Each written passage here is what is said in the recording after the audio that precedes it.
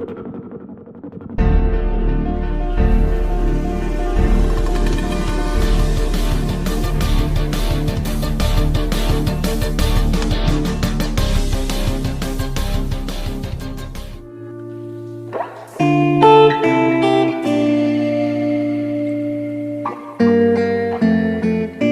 നമസ്കാരം.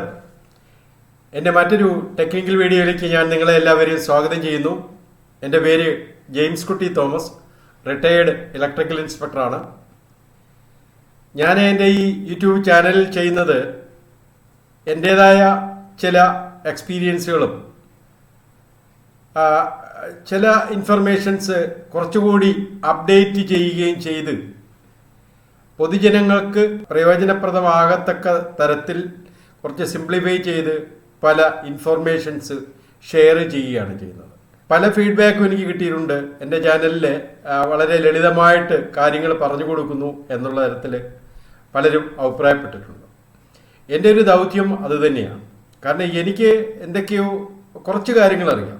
അപ്പോൾ അത് പബ്ലിക്കിന് വേണ്ടി കുറച്ചുകൂടെ സിംപ്ലിഫൈ ചെയ്ത്, പബ്ലിക് മീൻസ് ഒരു ഹൈ പ്രൊഫൈലിലുള്ള പബ്ലിക്കിനെ മാത്രമല്ല ഞാൻ ഉദ്ദേശിക്കുന്നത്, സാധാരണ ജനങ്ങൾക്ക് പ്രയോജനപ്രദമായ തരത്തിൽ വൈദ്യുതി സുരക്ഷ, മിന്നൽ രക്ഷാ സംവിധാനങ്ങൾ, പിന്നെ സോളാർ പ്രതിഷ്ഠാപനങ്ങൾ, മറ്റ് വൈദ്യുതി പ്രതിഷ്ഠാപനങ്ങൾ, ഇങ്ങനെയുള്ള കാര്യങ്ങളൊക്കെ ഷെയർ ചെയ്യുക.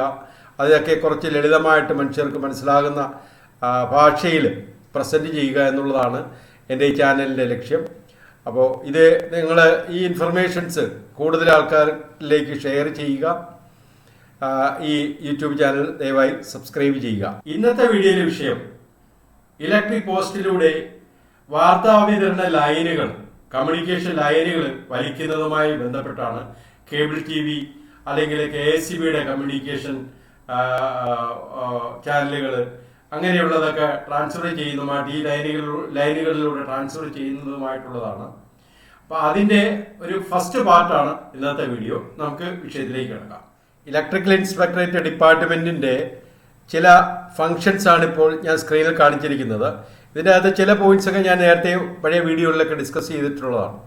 ഇവിടെ ഞാൻ ഇന്നത്തെ ടോപ്പിക്കിൽ ഈ കേബിൾ TV 9ാമത്തെ ഈ ഐറ്റവും കൂടി ഉൾക്കൊള്ളിച്ചുകൊണ്ടാണ് ഈ വീഡിയോ തയ്യാറാക്കുന്നത്.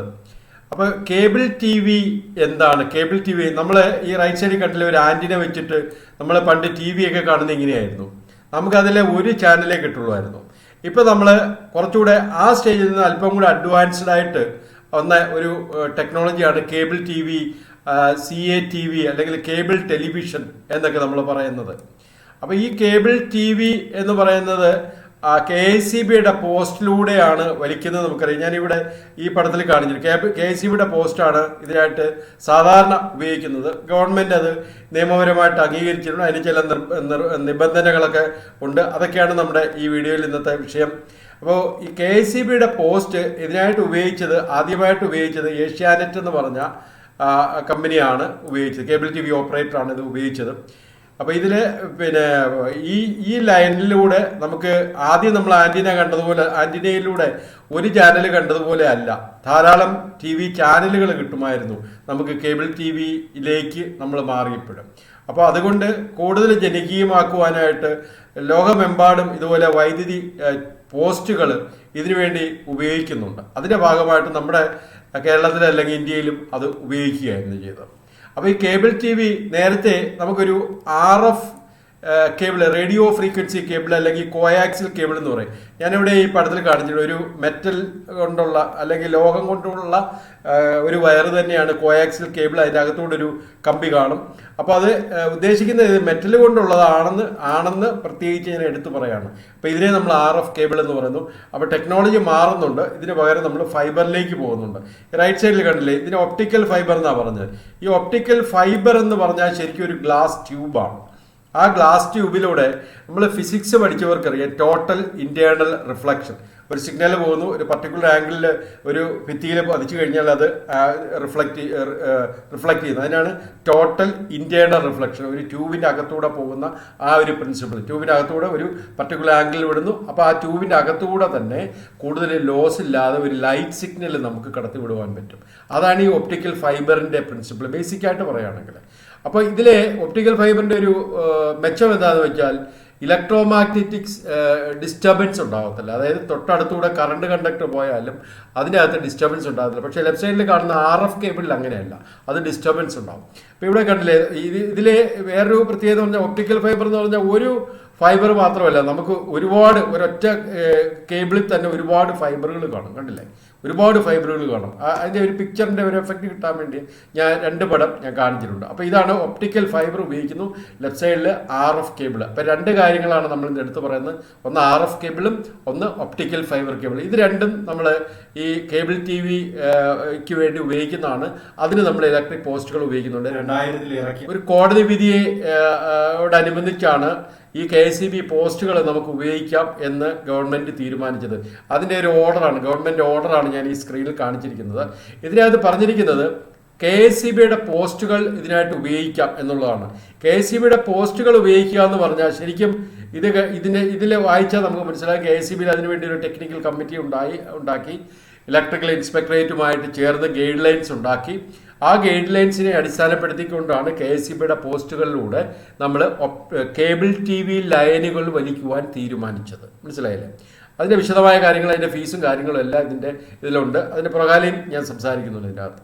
അപ്പോൾ ഇവിടെ ഈ ഓർഡറിനെ പറ്റി ഞാൻ പറഞ്ഞു. ഇതിനകത്ത് നിയമങ്ങൾ കുറച്ച് കാര്യങ്ങളൊക്കെ ഇവിടെ പറയുന്നുണ്ട്. അപ്പോൾ ഇവിടെ KSEB പോസ്റ്റ് എന്ന് ഉദ്ദേശിക്കുന്നത് ഡിസ്ട്രിബ്യൂഷൻ പോസ്റ്റുകൾ, അതായത് LT ലൈനിലുള്ള പോസ്റ്റുകളാണെന്ന് ഞാൻ സ്ട്രെസ് ചെയ്ത് പറയുകയാണ്. അത് സാധാരണ നമ്മുടെ വീടുകളിലേക്ക് സപ്ലൈ തരുന്ന 230 വോൾട്ട് അല്ലെങ്കിൽ 400 വോൾട്ട് വരുന്ന ആ ലൈൻ, LT ലൈൻ, ആ LT ലൈനാണ് ഇതിനു വേണ്ടി അന്ന് ഗവൺമെൻറ് തീരുമാനിച്ചുകൊണ്ട് ഓർഡർ ഇറക്കിയത്. ഈ ലെഫ്റ്റ് സൈഡിൽ അതുമായിട്ട് ബന്ധപ്പെട്ട് KSEB തയ്യാറാക്കിയ ഗൈഡ് ലൈനാണ് ഇവിടെ ലെഫ്റ്റ് സൈഡിൽ കാണിച്ചിരിക്കുന്നത്. അത് ആ പണ്ടത്തെ ഒരു ഓർഡർ നെറ്റ് ചെയ്ത് കിട്ടിയത് ജസ്റ്റ് ഇട്ടുന്നേ ഉള്ളൂ. ആ ഓർഡറിനോടനുബന്ധിച്ച് അതിൻ്റെ അറ്റാച്ച്മെൻ്റായിട്ട് ആ ഗൈഡ് ലൈൻ മൊത്തം ഉണ്ടായിരുന്നു. ഇലക്ട്രിക്കൽ ഇൻസ്പെക്ടറേറ്റും KSEBയും കൂടെ ചേർന്ന് അത് രണ്ടും കൂടെ കമ്പൈൻ ചെയ്ത് നമ്മളൊന്ന് ഡിസ്കസ് ചെയ്യുന്നുണ്ട്. അപ്പോൾ റൈറ്റ് സൈഡിലും ഇലക്ട്രിക്കൽ ഇൻസ്പെക്ടറേറ്റിൻ്റെ ഒരു സർക്കുലർ, അതിനകത്ത് ഫീസും കാര്യങ്ങളും ഒക്കെ ഒരു പോസ്റ്റിന് ഇത്ര രൂപ അടയ്ക്കണം, ഇതിൻ്റെ ഇലക്ട്രിക്കൽ ഇൻസ്പെക്ടറുടെ പെർമിഷൻ വേണം, KSEB പോസ്റ്റിലൂടെ വലിക്കണമെങ്കിൽ അതിൻ്റെ പെർമിഷൻ വേണം, ഒരു പോസ്റ്റിന് 5 രൂപ വെച്ച് വേണം. പിന്നെ അതിൻ്റെ സർട്ടിഫിക്കറ്റ്, അതിൻ്റെ വാലിഡിറ്റി 1 വർഷത്തേക്കാണ്, അടുത്ത വർഷം അതിൻ്റെ പീരിയോഡിക് ഇൻസ്പെക്ഷൻ നടത്തും എന്നൊക്കെ ഇവിടെ പറയുന്നുണ്ട്. അപ്പോൾ ഒരുപാട് ഞാൻ ഡീപ്പായിട്ട് അതിൻ്റെ അകത്തോട്ടൊന്നും കയറുന്നില്ല. ഇവിടെ 2-3 ക്ലിയറൻസുകളെ പറ്റി പറയുവാൻ ഞാൻ ആഗ്രഹിക്കുക. KSEBയുടെ പോസ്റ്റിലൂടെ ഈ ലൈൻ, ഈ കേബിൾ TV ലൈൻ വലിക്കുമ്പോൾ അവിടെ മുകളിലൊരു പവർ ലൈൻ കാണും, അതിന് താഴെ നമ്മൾ കേബിൾ TV, ഇവിടെ ഞാൻ നീല കളറിൽ കാണിച്ചിട്ട് ഒരു കേബിൾ TV ലൈൻ കാണും. അപ്പോൾ കേബിൾ TV ലൈനും ഈ പവർ ലൈനും തമ്മിലുള്ള ക്ലിയറൻസ് എത്ര വേണം, അല്ലെങ്കിൽ കേബിൾ TV ലൈൻ ഗ്രൗണ്ടിൽ നിന്നും എത്ര അകലത്തിലായിരിക്കണം. ഗ്രൗണ്ട് എന്ന് പറയുമ്പോൾ ഒരു സ്ട്രീറ്റിനെ അല്ലെങ്കിൽ ഒരു ജംഗ്ഷനെ ക്രോസ് ചെയ്യുന്ന ഒരു സ്ഥലം, സ്ട്രീറ്റിനെ ക്രോസ് ചെയ്യുന്ന സ്ഥലം, അല്ലെങ്കിൽ ഒരു സ്ട്രീറ്റിലൂടെ ഒരു റോഡിലൂടെ പോകുന്നത്. പിന്നെ അതുപോലെ ഇത് ക്ലാമ്പ് ചെയ്യുന്നത്, ഈ പോസ്റ്റിൽ ഇതാണ് ഈ ബ്ലൂ കളറിൽ കാണിച്ചിരിക്കുന്നതാണ് കേബിൾ TV ലൈൻ. അത് ഒരു സപ്പോർട്ട് കൊടുത്തിട്ട് ആ പോസ്റ്റിൽ നിന്നും ഇത്ര അകലത്തിലായിരിക്കണം കണ്ടക്ടർ റൺ ചെയ്യുന്നത്. മനസ്സിലായില്ലേ? അപ്പോൾ ആ ക്ലിയറൻസുകളാണ് ഞാനിവിടെ പറഞ്ഞിരിക്കുന്നത്. അപ്പോൾ ഒന്ന് A എന്ന് പറഞ്ഞത് കണ്ടക്ടറിൻ്റെ ഗ്രൗണ്ട് ക്ലിയറൻസ്, B എന്ന് പറയുന്നത് മുകളിലുള്ള പവർ ലൈനിൻ്റെ ലോവർ ലൈനുമായിട്ടുള്ള ക്ലിയറൻസ് B എന്ന് പറയുന്നത്, പിന്നെ C എന്ന് ഞാൻ ഉദ്ദേശിച്ചത് ആ പോസ്റ്റിൽ നിന്നും ഇത്ര അകലത്തിൽ, അതായത് ഒരു ക്ലാമ്പ് അറേഞ്ച്മെൻ്റ് ഒക്കെ ഉണ്ടാക്കിയിട്ട് ആ ക്ലാമ്പിൽ നിന്നും അകത്തിയാണ് നമ്മൾ ഈ കേബിൾ TV വയർ പോകുന്നത്. അപ്പോൾ കേബിൾ TV വയറിൽ 2 കാര്യങ്ങൾ ഞാൻ പറഞ്ഞു. ഒന്ന് RF കേബിളിൽ നിന്ന് ഞാൻ പറഞ്ഞു, അല്ലെങ്കിൽ കോയാക്സിൽ കേബിളിൽ നിന്ന് ഞാൻ പറഞ്ഞു. രണ്ടാമത് ഒപ്റ്റിക്കൽ ഫൈബർ എന്ന് പറഞ്ഞു. ഇത് 2 ഇതുപോലെ തന്നെയാണ് വലിക്കേണ്ടത്. ഈ ഒപ്റ്റിക്കൽ ഫൈബറിൻ്റെ അല്ലെങ്കിൽ RF കേബിളിൻ്റെ പ്രത്യേകത എന്ന് പറഞ്ഞാൽ അതിൻ്റെ അകത്ത് സപ്പോർട്ടിങ്ങിനായിട്ട് ഒരു ബിയറർ വയർ, അതല്ലെങ്കിൽ ഒരു വെയിറ്റ് താങ്ങുവാനായിട്ട് ഒരു സപ്പോർട്ടിങ് വയറും കൂടെ ഉണ്ട്. അത് GI ഗാൽവനൈസ്ഡ് അയണിൻ്റെ ഒരു കമ്പിയാണ് നമ്മളെ ഇതിൻ്റെ അകത്ത് ഈ ഓർഡറിൽ പറഞ്ഞിരുന്നത്. അപ്പം അങ്ങനെയുള്ള കാര്യങ്ങളൊക്കെ നമുക്ക് ഒന്ന് സംസാരിക്കാം. അപ്പോൾ ഇവിടെ ഈ ക്ലിയറൻസ് ഞാൻ ABC കാര്യങ്ങൾ പറഞ്ഞു. ആ ABCയുടെ വാല്യൂ ഒക്കെ ലെഫ്റ്റ് സൈഡിൽ പറഞ്ഞിട്ടുണ്ട്. ഇതുപോലെ ആയിരിക്കണം നമ്മൾ സ്ഥാപിക്കേണ്ടത്. പിന്നെ ഈ പറഞ്ഞിരിക്കുന്ന along the street RF cable എത്രയായിരിക്കണം, അല്ലെങ്കിൽ ഒപ്റ്റിക്കൽ ഫൈബർ കേബിൾ എത്രയായിരിക്കണം എന്നൊക്കെ ക്ലിയറൻസുകൾ ഇതെല്ലാം പറഞ്ഞു. ഇതിനൊക്കെ ഇത് ഞാൻ പറഞ്ഞല്ലോ, KSEBയും ഇലക്ട്രിക് ഇൻസ്പെക്ടറേറ്റും ചേർന്നിറക്കിയ ആ ഗൈഡ് ലൈനിൽ നിന്ന് കോട്ട് ചെയ്ത ചില കാര്യങ്ങൾ ഞാൻ കുറച്ച് കാര്യങ്ങളൊന്നും എടുത്ത് ജസ്റ്റ് പറഞ്ഞു പോകുന്നേ ഉള്ളൂ. ശരിക്കും ഞാൻ ഈ ക്ലിയറൻസുകൾ എഴുതി കാണിച്ചിരിക്കുന്നത് ഇതിനൊക്കെ ഒരു ബേസ് ഉണ്ട്. അതായത് നമ്മുടെ ഇലക്ട്രിസിറ്റി റൂള് അന്ന് നമുക്ക് ഇലക്ട്രിസിറ്റി റൂളായിരുന്നു, അല്ലെങ്കിൽ ഇപ്പോൾ നമ്മൾ എൻ്റെ സെൻട്രൽ ഇലക്ട്രിസിറ്റി അതോറിറ്റിയുടെ സേഫ്റ്റി റെഗുലേഷൻ നമ്മൾ പറയും. അതിൻ്റെ അകത്തൊക്കെ ഇതിന് റെഫറൻസ് ഉണ്ട്. ആ റെഫറൻസിനെ അടിസ്ഥാനപ്പെടുത്തിക്കൊണ്ടാണ് ഇതെല്ലാം പറയുന്നത്. ഇപ്പം ഞാൻ സ്ക്രീനിൽ കാണിച്ചു 2010 ഇറങ്ങിയ ഈ റെഫറൻസിൽ ഇതെല്ലാം പറയുന്നുണ്ട്. ഈ ക്ലിയറൻസുകൾ ഏകദേശം ഇതുപോലുള്ള ക്ലിയറൻസുകൾ അതിനകത്ത് അലോങ് ദ സ്ട്രീറ്റ് അല്ലെങ്കിൽ അക്രോസ് ദ സ്ട്രീറ്റ് എല്ലാം പറയുന്നുണ്ട്. പിന്നെ അതുപോലെ ലൈനുകൾ തമ്മിലുള്ള ക്ലിയറൻസുകൾ എല്ലാം അവിടെ പറയുന്നുണ്ട്. അതിനെ ബേസ് ചെയ്താണ് ഈ ഗൈഡ് ലൈൻ ഇതെല്ലാം പ്രപ്പോസ് ചെയ്തിരിക്കുന്നത്. അതിൻ്റെ ക്ലിയറൻസുകൾ ജസ്റ്റ് നിങ്ങൾ വായിച്ചാൽ മാത്രം മതി. അതുപോലെ ഇതിൽ എടുത്തു പറയാനായിട്ടുള്ളത് ഒരു മുകളിലത്തെ പവർ ലൈനും താഴെയുള്ള കേബിൾ ടി വിയുടെ ലൈനും തമ്മിലുള്ള വെർട്ടിക്കൽ ക്ലിയറൻസ് ഞാൻ പറഞ്ഞല്ലോ, അത് 1.2 മീറ്റർ ആയിരിക്കണം.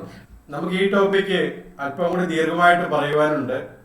അപ്പം അതുകൊണ്ട് നമ്മളെ ഒരു ഫസ്റ്റ് പാർട്ടായിട്ട് ഇവിടെ വെച്ച് സ്റ്റോപ്പ് ചെയ്യുന്നു. ഇനി ഇതിനകത്ത് കുറച്ചുകൂടെ അധികമായിട്ട് ഉണ്ട് കാര്യങ്ങൾ.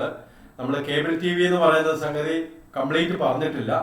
അതുകൂടാതെ മുകളിലൂടെ നമ്മുടെ EHT ലൈനിലൂടെയുള്ള കമ്മ്യൂണിക്കേഷൻ അതും ഇതിൻ്റെ അടുത്ത പാർട്ടിൽ ഉൾക്കൊള്ളിച്ചിട്ടുണ്ട്.